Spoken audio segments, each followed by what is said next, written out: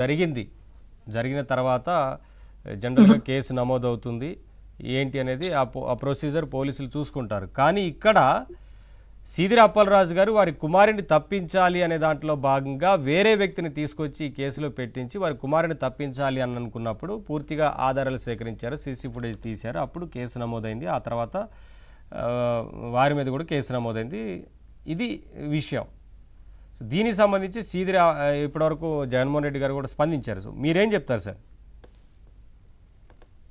ఈరోజు డిబేట్లోకి వెళ్లే ముందు మీ పర్మిషన్ తోటి మన ఏవిఎన్ రాధాకృష్ణ గారి మీద తెలంగాణ నుంచి కొంతమంది యూట్యూబర్లు, కొంతమంది జర్నలిస్ట్ అని చెప్పుకుంటున్న వాళ్ళు మాటల దాడి చేస్తున్నారు. దాన్ని నేను తీవ్రంగా ఖండిస్తున్నాను. ముందు ఎందుకంటే మొన్న ఆదివారం నాడు కొత్త పలుకుల్లో తెలంగాణ వాదం కనుమరుగైపోతుంది, దాన్ని మళ్ళీ కేసీఆర్ తన రాజకీయ ప్రయోజనాల కోసం రెచ్చగొట్టే ప్రయత్నాలు చేస్తున్నారు. కేసీఆర్కి అనుకూలంగా కొంతమంది యూట్యూబర్లు ఇలాంటి వాళ్ళందరూ కూడా ఇదే పనిలో ఉన్నారు అని చెప్పి కొత్త పలుకుల్లో వాస్తవాలని బయటపెట్టే పని ఒక జర్నలిస్ట్ గా ఏవిఎన్ రాధాకృష్ణ గారు చేస్తే, దాన్ని కొన్ని ఛానళ్లు, కొన్ని యూట్యూబ్ ఛానళ్లు ఎవరైతే కేసీఆర్ గారికి అనుకూలంగా ఉండి మళ్ళీ తెలంగాణ వాదాన్ని రెచ్చగొట్టి రెండు రాష్ట్రాల మధ్య విభజన తీసుకొచ్చే ప్రయత్నం చేస్తున్నారో అలాంటి వాళ్ళందరూ కూడా రాధాకృష్ణ గారి మీద మాటలు దాడి చేస్తున్నారు. దీన్ని జయాంధ్ర ఉద్యమకారులుగా మేము ఖండిస్తున్నాము. At the same time Radhakrishna గారు లాంటి సిన్సియర్ జర్నలిస్టులకి ఖచ్చితంగా మేమందరం అండగా ఉంటామని ఈ సందర్భంగా తెలియజేస్తూ, ప్రజాస్వామ్యవాదులందరూ కూడా ఇలాంటి నిజమైన జర్నలిస్టుల మీద జరిగే దాడుల్ని, ఈ జర్నలిస్టులు, ఈ యూట్యూబర్లు చేస్తున్న దాడుల్ని ఖండించాలని చెప్పి కోరుకుంటాం. తర్వాత మీరు ఈరోజు టాపిక్ లోకి వస్తే, సీదిరి అప్పలరాజు మీలాంటి నాలాంటి ఒక తండ్రి అయితే కనుక సరే, వాళ్ళ అబ్బాయికి ఏదో వాళ్ళ అబ్బాయి యాక్సిడెంట్ చేశాడు, ఏదో రక్షించే ప్రయత్నం చేశాడు, సర్లే ఫోన్లే అనుకోవచ్చు. కానీ సీదిరి అప్పలరాజు మామూలు వ్యక్తి కాదు.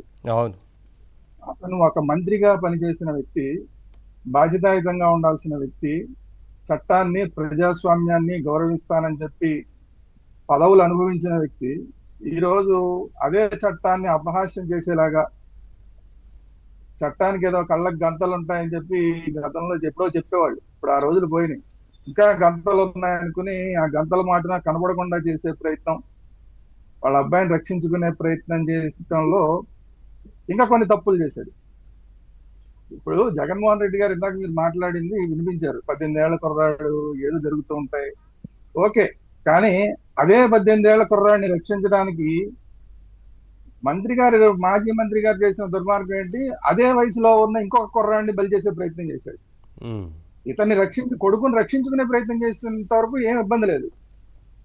కానీ అదే వయసులో ఉన్న ఇంకొక అతన్ని బలి చేసే ప్రయత్నం చేశాడంటే మరి దాన్ని ఎక్కడ మాట్లాడరే జగన్మోహన్ రెడ్డి గారు? ఎంత దుర్మార్గం ఎందుకు చేసావు నువ్వు? నీ కొడుకుని రక్షించుకోవడం అనే అంశంతో పాటు ఎదుటి వాళ్ళని ఇరికించే ప్రయత్నం ఎందుకు చేసావు నువ్వు? ఒకరిని బలిపశువుని చేసే ప్రయత్నం ఎందుకు చేసావని ఎందుకు ప్రశ్నించలేదు జగన్మోహన్ రెడ్డి గారు? అది ప్రశ్నించి ఉంటే కనుక ఈరోజు హుందాతనంగా ఉండేది.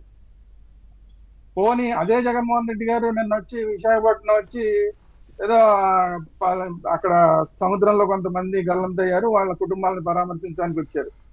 మరి అదే జగన్మోహన్ రెడ్డి గారు దగ్గరలోనే ఉన్న ఈ ప్రాంతానికి వచ్చాడు కదా, ఉత్తరాంధ్రలోకి వచ్చి విశాఖపట్నం దాకా వచ్చి దగ్గరలోనే ఉన్న ఆ బాధితుడు ఎవరైతే సీదిరి అప్పలరాజు కొడుకు యాక్సిడెంట్ వల్ల చనిపోయిన బాధితుడు ఎవరైతే ఉంటారో అతని ఇంటికి వెళ్ళి పరామర్శించలేదే?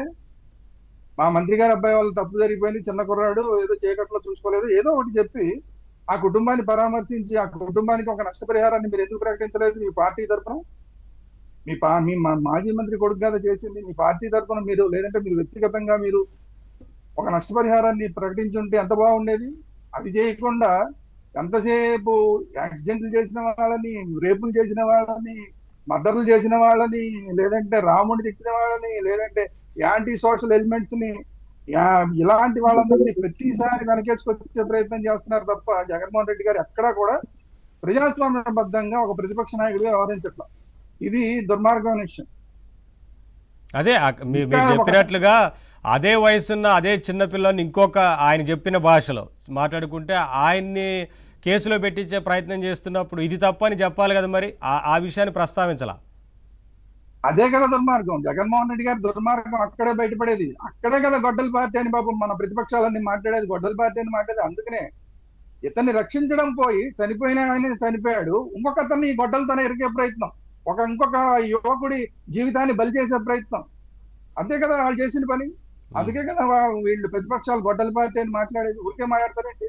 యా ఒకసారి పైగా జోగినాయుడు ఆ గారితో కుర్రాన్ని మాట్లాడదాం. ఆ కుర్రాన్ని అది కూడా ఒక సామాజిక వర్గానికి సంబంధించిన ఆ కుర్రాన్ని బలి చేద్దామనే ప్రయత్నం చేసినప్పుడు అదే సామాజిక వర్గం వాళ్ళందరూ కూడా బయటికి వచ్చి మాట్లాడారు, ఇదే దుర్మార్గం, ఇది మా సామాజిక వర్గానికి సంబంధించిన కుర్రాన్ని ఇలా అర్థంగా బలి చేసే కార్యక్రమం చేస్తారని. కాబట్టి ఏంటంటే మీరు రకరకాల తప్పులు చేశారు. ఒక తప్పు చేస్తే పర్వాలేదు, రకరకాల తప్పులు చేశారు. ఆ తప్పులు చేసిన దాన్ని ఇప్పుడు జగన్మోహన్ రెడ్డి గారు వెనకేసి రావడం అనేది ఇంకా పెద్ద తప్పు. వాస్తవంగా నేను అదే సామాజిక వర్గం కాబట్టి ఆ బలి అయిపోదామని ఎవరినైతే బలి చేద్దామని చూశారో అదే సామాజిక వర్గం కాబట్టి నేను కూడా దాన్ని ఖండిస్తున్నాను. మీరు చేసింది చాలా తప్పు సీదిరి అప్పలరాజు గారు. బహుశా జ్యోత్స్న గారు కూడా దీన్ని ఖండిస్తారని నేను అనుకుంటున్నాను. కాబట్టి ఏంటంటే సీదిరి అప్పలరాజు చేసింది ఒక తప్పు అయితే దాన్ని సమర్థించడం ప్రతిపక్ష నాయకుడిగా ఇంకా పెద్ద తప్పు జగన్మోహన్ రెడ్డి గారు చేశారు. ఈ తప్పులన్నింటినీ కూడా ప్రజలందరూ గమనిస్తారని నేను కోరుకుంటున్నాను. యా మాట్లాడదాం. జోగినాయుడు గారు నమస్తే అండి. నమస్తే అండి.